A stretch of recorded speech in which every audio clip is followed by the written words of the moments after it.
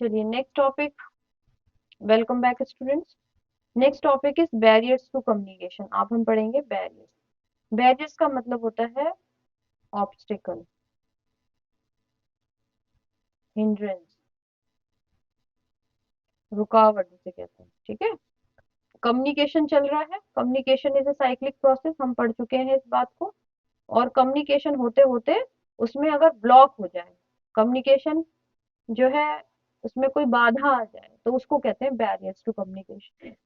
ये होते हैं 1 2 3 4। फिलहाल हम 4 तरह की पढ़ रहे हैं, बाकी तो बहुत तरीके के बैरियर्स होते हैं। Semantic barriers, psychological barriers, organisational barriers और पर्सनल बैरियर्स। सीमेंटिक बैरियर्स क्या होते हैं, ध्यान से समझेंगे। एग्जाम में आपको ऐसे ही करके आना है। कैसे लिखना है? ऐसे लिखना है, बैरियर टू कम्युनिकेशन। ये 4 तरीके के बता देना। एक होता है सीमेंटिक, ऐसे बना के आना है। फिर होता है आपका साइकोलॉजिकल, फिर है आपका organisational, and the next one is personal. ठीक है, ऐसे बना के आएंगे और फिर एक एक करके इन सबको डिफाइन करेंगे। देखो मैं समझाती हूँ अभी। बात करते हैं सिमेंटिक बैरियर्स की। इसमें क्या है, हम सिमेंटिक एक्चुअली लैंग्वेज, सेंटेंस, इनसे रिलेटेड चीज है। तो बैडली एक्सप्रेस्ड मैसेज मतलब आप लिख रहे हो तब भी आपने प्रॉपर तरीके से मैसेज कंस्ट्रक्ट नहीं किया, बोल रहे हो तब भी आप प्रॉपरली उसको एक्सप्रेस नहीं कर पा रहे। तो इससे क्या प्रॉब्लम होगी, सामने वाला उसका मतलब ही नहीं समझ पाएगा। और जब मतलब नहीं समझ पाएगा तो कम्युनिकेशन का फीडबैक खराब आएगा और कम्युनिकेशन आपकी रुक जाएगी, फ्लॉप हो जाएगी। फिर आता है सिंबल्स विद डिफरेंट मीनिंग। आपने सिंबल्स, आप वर्ड्स जो यूज कर रहे हो वो वर्ड्स अप्रोप्रिएट नहीं है। सामने वाला जो लिसनर है वो उसको अलग तरीके से इंटरप्रेट कर रहा है। आपने तो सोच बोला था कुछ और वो समझ कुछ और रहा है। आपके जो सिलेक्शन ऑफ वर्ड्स हैं या सिंबल्स हैं वो, मान लीजिए मैंने आपसे कहा कि भाई प्लस का सवाल करना है, आप बच्चे को प्लस में और मल्टीप्लाई में डिफरेंस ही नहीं पता, तो वो प्लस करेगा नहीं, वो मल्टीप्लाई कर देगा। मल्टीप्लाई करने को कहोगे तो प्लस कर देगा। मतलब सिंबल वो हो सकता है, किसी की भी प्रॉब्लम हो सकती है, ये किसी की भी स्पीकर की भी और जो है आपका लिसनर है उसकी भी प्रॉब्लम हो सकती है। दोनों के बीच में कहीं ना कहीं गैप आ रहा है। तो एक चीज ये हो गई। फिर है फॉल्टी ट्रांसलेशन। आप कुछ समझा रहे हो, वो उतना अच्छा मीनिंग दे नहीं पा रहा। मान लीजिए जर्मन लैंग्वेज का कोई आर्टिकल है और मुझे इंग्लिश में ट्रांसलेट करना है, चाहे मुझे बोलना हो चाहे मुझे लिखना हो, लेकिन मेरी ट्रांसलेशन उस भाव को नहीं ला पा रही जो ओरिजिनल स्टोरी की थी। तो वो हो जाता है फॉल्टी ट्रांसलेशन की वजह से सामने वाले को समझ नहीं आता और बैरियर होता है ये। अनक्लेरिफाई अजम्पशन मतलब कि सामने वाला पहले से ही कुछ सोच के बैठा होता है, कि ये तो बहुत इजी है, मुझे नहीं करना, या इनसे नहीं समझना, ये ठीक नहीं समझा पा रहे, इसका अपीयरेंस सही नहीं है, देखने में अच्छा नहीं लग रहा है ये स्पीकर, तो ये नहीं। ये बेमतलब की होती है। टेक्निकल जार्गन्स का मतलब होता है कुछ ऐसे वर्ड्स का यूज करना। सपोज मैं कोई ऐसे समझ लो कि मैं, सपोज मैं एडवोकेट हूँ, और एडवोकेट जब किसी एडवोकेट से बात करेगा तो कुछ टर्म्स का यूज करेगा, लेकिन अगर उसी बात को वो किसी लेमैन से बात करेगा तो उसे इजी लैंग्वेज में बात करना चाहिए। नहीं तो अगर वो टेक्निकल टर्म्स यूज करेगा तो सामने वाला समझ नहीं पाएगा। तो ये टेक्निकल टर्म्स होते हैं, इनको क्या बोलते हैं, जार्गन्स बोलते हैं। इसको आप लिख सकते हो ब्रैकेट में, technical terms. Body language and gesture decoding. आपकी बॉडी लैंग्वेज बोल तो रहे हो आप बहुत ही सुखद मैसेज और मुंह हो रहा है रोने का, तो सामने वाला कंफ्यूज हो जाएगा। जेस्चर डिकोडिंग, आपका जेस्चर अलग जा रहा है, आपके शब्द अलग जा रहे हैं, तो सामने वाला कंफ्यूज हो जाएगा। इसके बाद आता है साइकोलॉजिकल बैरियर। मतलब आप फोकस नहीं कर पा रहे हो, है ना, ड्यू टू एनी रीजन। आपको कुछ बातें आपके दिमाग में चल रही है, तो जो भी टॉपिक चल रहा है, जो भी स्पीकर बोल रहा है, आप सुन ही नहीं पा रहे, फोकस ही नहीं कर पा रहे हो। तो इसे बोलते हैं लैक ऑफ अटेंशन या lack of focus. Loss of transmission and poor retention. जो मैसेज आपके पास आ रहा है वो कहीं ना कहीं क्या होता है, इधर उधर डिस्टॉर्ट हो रहा है, प्रॉपरली आ नहीं रहा है, और आ भी रहा है तो आप उसे काफी समय तक अपने दिमाग में रख नहीं पा रहे क्योंकि रिटेंशन पावर वीक है। आपके दिमाग में बात, जब आप सुनते हो कोई चीज को तो थोड़ी देर बाद आप भूल जाते हो, short term memory loss type का चीज हो जाती है। तो उसे पुअर अटेंशन कहते हैं। डिस डिसट्रस्ट, कभी कभी क्या होता है, स्पीकर को लिसनर पर और लिसनर को स्पीकर पे ट्रस्ट ही नहीं होता। ट्रस्ट का मतलब कि ये नहीं कर सकता, अच्छा इसको कुछ नहीं आता, ये तो बेकार है, मेरी फ्रेंड ने बताया था ये बहुत बेकार स्पीच देते हैं, मेरे को नहीं सुनना। या फिर स्पीकर कहेगा अरे ये तो बच्चे बेकार है, इन्हें कुछ पढ़ाने का फायदा नहीं, समझाना का, इन्हें कुछ आता ही नहीं, तो बेकार सेक्शन है। तो इस तरीके का डिस्ट्रस्ट होने से भी बैरियर होता है। ऑर्गेनाइजेशनल बैरियर्स क्या होते हैं, कभी कभी ऑर्गेनाइजेशन की पॉलिसी इतनी खराब होती है कि जो एम्प्लॉय है वो एम्प्लॉयर से कुछ बात नहीं कर पाते, मतलब आपस में कुछ शेयर नहीं कर पाते, उनके दिमाग में कुछ आइडिया होता है पर वो बोल नहीं पाते, क्योंकि ये एक बैरियर की तरह है, उसकी पॉलिसीज इतनी सख्त है कि आज नहीं आए तो सैलरी कट जाएगी।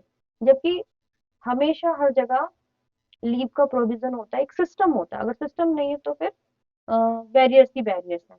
रूल्स एंड रेगुलेशन, वही चीज बता रहे हैं, ज्यादा बहुत ज्यादा ना, बहुत ज्यादा जो बैरि ये होते हैं रूल्स, ये भी कहीं ना कहीं आदमी को ना एक्सप्रेशन की जो पावर होती है, जो फ्रीडम होती है, वो उसको कहीं ना कहीं खत्म कर देता है। और जहां पर फ्रीडम नहीं है बात करने की, समझाने की, कहने की, वो वहां पर कम्युनिकेशन कैसे होगा, तो बैरियर तो है। स्टेटस का बैरियर, स्टेटस का बैरियर क्या होता है, सीनियर जूनियर का, भाई मैं तो बहुत सीनियर हूँ, मैं जूनियर से कैसे बात कर सकती हूँ, है ना। और जूनियर कहेगा मैं तो जूनियर हूँ, मैं क्या बात करूंगा सीनियर से, मैं तो बात ही नहीं कर सकता क्योंकि मैं तो लोअर लेवल पे हूँ। तो ये भी बीच में, इन दोनों के बीच में क्या हो रहा है, बैरियर्स का काम कर रहा है। फिर आता है कॉम्प्लिसिटी इन ऑर्गेनाइजेशनल स्ट्रक्चर। स्ट्रक्चर का मतलब वही हायरार्की समझ लो, पहले आपका टॉप, फिर उसके बाद ये वाला बॉटम, ये वाला स्टेटस भी टॉप में आता है, तो ये इतने ज्यादा स्ट्रक्चर खतरनाक बना दिया है। तो ये भी होता है। अब इस स्ट्रक्चर की बात मैं इंफ्रास्ट्रक्चर भी कह सकती हूँ, अगर अगर मैं चाहूँ तो एक पॉइंट बना सकती हूँ। मान लो एक बिल्डिंग यहाँ पर है और दूसरी बिल्डिंग जो है बिल्कुल ही 4 किलोमीटर दूर है, तो यहाँ से यहाँ तक बातें जाने में, जहां पर हमें फिजिकल कोई काम करना है तो बड़ा मुश्किल हो जाएगा, ये डिस्टेंस भी बैरियर बन जाएगी। ऑर्गेनाइजेशनल फैसिलिटीज, बिल्कुल, जो ऑर्गेनाइजेशन में फैसिलिटी दी जाती है किसके लिए दी जाती है, एम्प्लॉय के लिए दी जाती है। एम्प्लॉयज के लिए अच्छा इन्वायरमेंट दिया जाता है जिससे वो अच्छे से अच्छा काम करे, प्रोडक्टिविटी बढ़ जाए। लेकिन अगर ऐसा नहीं हो रहा है तो उसका मतलब क्या है कि फैकल्टी अच्छे से काम नहीं कर पाएगी और ये बैगेज की तरह आएगा सामने, कम्युनिकेशन हेल्दी नहीं होगा, और तो प्रोडक्टिविटी भी हो ही नहीं सकती है अच्छी। फिर आता है पर्सनल, पर्सनल मतलब इंडिविजुअल लेवल पे, इन हर एक इंडिविजुअल लेवल पे क्या हो सकता है। नंबर एक, fear of challenge to authority. मन में आ रहा है कि मैं ये बात बोल दूं, लेकिन डर लगता है कि अगर मैंने अपने सीनियर के सामने मुंह खोल दिया तो मुझे जो है वो मेरा अप्रेजल नहीं करेगा, मेरा प्रमोशन नहीं करेगा, मुझे परेशान करेगा, तो ये हो जाता है। Lack of confidence of superior and his subordinates. कभी कभी क्या होता है, सुपीरियर से आपका जो सुपीरियर है उसमें कॉन्फिडेंस नहीं होता, उसको लगता है बस अपनी कुर्सी बचा लो बाकी सब जाए, मुझे किसी से मतलब नहीं है, मुझे सैलरी मिल रही है और बाकी को छोड़ो। ऐसे ही सबॉर्डिनेट्स होते हैं, उनको लगता है कि मुझे नहीं हेल्प करनी अपने सुपीरियर की, अपने सीनियर की, मैं तो यहाँ पर हूँ आराम से, मुझे कोई हेल्प नहीं करनी, मुझे इससे बात ही नहीं करनी, क्योंकि मैं तो सिक्योर हूँ और जो नया है उससे मुझे कोई मतलब नहीं। समझ में आई, तो दोनों के अंदर क्या है, लैक ऑफ कॉन्फिडेंस है बात करने का आपस में। अनविलिंगनेस टू कम्युनिकेट, वही चीज बता रही ना, बात ही नहीं करना चाहते। हो सकता है एचओडी ऐसे आए मुझे पसंद ही नहीं आ रहे हैं, क्योंकि किसी ने बताया है या मुझे खुद ही एक बार उन्होंने मुझसे अलग ऊंची आवाज में बात कर ली, तब से मुझे बात ही नहीं करनी। बातें अगर करोगे तो इनोवेटिव चीजें भी निकल के आती हैं, कुछ डेवलपमेंट होता है। अगर बातें ही आपकी कम्युनिकेट नहीं हो पा रही, आइडियाज आप प्रॉपरली शेयर नहीं करें, आप छिपा रहे हो बात को, तो बैरियर्स हो जाएगा। और उससे क्या परेशानी आएगी, उससे ये परेशानी आएगी कि आप कुछ भी नया नहीं कर पाओगे, सब पुराना। और आज की डेट में इतना चैलेंज है, इतना ज्यादा कंपटीशन है कि आपको कुछ ना कुछ नया करना चाहिए। Lack of proper incentives. फिर पर्सनल वेरिएंट में क्या होता है, इंसेंटिव का मतलब ये है कि आपको कुछ मोटिवेशनल बातें बोली जाएं सुपीरियर की तरफ से, या कुछ मॉनेटरियल गेन, मतलब आपने कुछ एक्स्ट्रा काम किया तो एक्स्ट्रा पैसा मिले, इंसेंटिव मिले, वो नहीं मिल रहा तो इंसान में ना कहीं हताशा आ जाती है, डिस्टरबेंस आ जाता है, जिसकी वजह से भी वो दुखी रहता है, और दुखी रहने की वजह से वो अपनी बातों को खुल के नहीं बोलता और बस काम से जी चुराता है, और जिससे कि कुछ भी बढ़िया नहीं होता। ठीक है, तो ये कुछ तरीके के बैरियर्स हैं, आपने पढ़े, है ना? कुछ साइकोलॉजिकल है, ऑर्गेनाइजेशनल है, कुछ पर्सनल है, बहुत तरीके के बैरियर्स हैं, लेकिन आपके कोर्स में के लिए इतने ही काफी है। अब देखते हैं इन बैरियर से हम ओवरकम कैसे करें, कैसे हम अपने आप को सेव करें इस बैरियर से। तो समझते हैं जी। सबसे पहले हम बात करते हैं फिजिकल बैरियर्स की। फिजिकल बैरियर्स की बात करें तो अप्रोप्रिएट सीटिंग होनी चाहिए, मतलब बैठने का environment, lightning, sitting, temperature, environmental condition, hygiene सब प्रॉपर हो, तो फिर ये बैरियर नहीं होता, ये काम करने में आदमी का मन लगता है। जो भी आप हम लोग हैं या आप जो भी एम्प्लॉय हैं वो अच्छे से काम कर पाते हैं। फिर आता है आपका सीमेंटिक, मतलब always use simple language, always use simple vocabulary, simple sentences, और सिंबल्स और चार्ट का यूज करो जिससे सामने वाले को समझ में आए। कभी कभी ये जो हम चार्ट और ये सब पाई चार्ट वगैरह यूज करते हैं, इससे हमारी कम्युनिकेशन और इफेक्टिव होता है। फिर साइकोलॉजिकल बैरियर को कैसे रिमूव करें? साइकोलॉजिकल बैरियर को ऐसे रिमूव करते हैं, calling attention, identifying with listener. देखो, साइकोलॉजिकल में क्या है, आप अपने खुद के कॉन्फ्लिक्ट्स को हटाकर प्रोफेशनलिज्म को अपनाओ। मतलब आप एक वर्क प्लेस पर आप अपना पर्सनल काम नहीं कर रहे, आप प्रोफेशनल काम कर रहे हो। इसका क्या मतलब है? इसका मतलब ये है कि हम सबको एक साथ मिल के काम करना होगा, तभी ये ऑर्गेनाइजेशन चलेगा।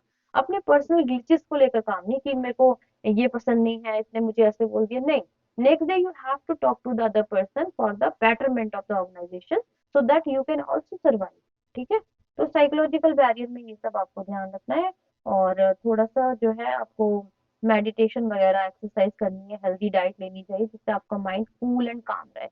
नेक्स्ट आता है कल्चरल बैरियर्स को कैसे रिमूव करें। इसमें क्या है, मान लीजिए कोई पर्सन साउथ इंडिया से आया है और मैं तो नॉर्थ इंडिया की हूँ। उस केस में मैं सपोज मैं हेड हूँ, तो मुझे अपने जूनियर के कल्चरल बैकग्राउंड का भी रेस्पेक्ट करनी चाहिए, उसको भी समझना चाहिए और उस हिसाब से उसको ट्रीट करना चाहिए। ये नहीं कि वो यहाँ आ गया तो उसका बेवकूफ बना दो और उसे ये करवाओ वो करवाओ, एक दिन वो परेशान हो जाए। फिर है उसके बाद अवॉइड स्टीरियोटाइपिंग, मतलब ऐसा नहीं कि उधर के भाई साउथ के लोग तो ऐसे ही होते हैं, या हम नॉर्थ के लोग साउथ में जाए तो साउथ वाले में ये तो नॉर्थ के तो ऐसे ही हैं, ये यूपी के भैया हैं, ये नहीं करते कुछ भी। तो ये स्टीरियोटाइप थिंकिंग कभी भी ऑर्गेनाइजेशन में नहीं होनी चाहिए। ठीक है। अच्छा, adopt a audience oriented approach, foster a open communication climate, commit a ethical communication, create lean effective message। ये सब तरीके हैं, आप अपने बैरियर्स को हटा सकते हैं, रिमूव कर सकते हैं। ठीक है, चलिए, थैंक यू सो मच। तो ये यहाँ पर टॉपिक फिनिश होता है। नेक्स्ट वीडियो में हम नेक्स्ट टॉपिक को डिस्कस करेंगे। Thank you so much.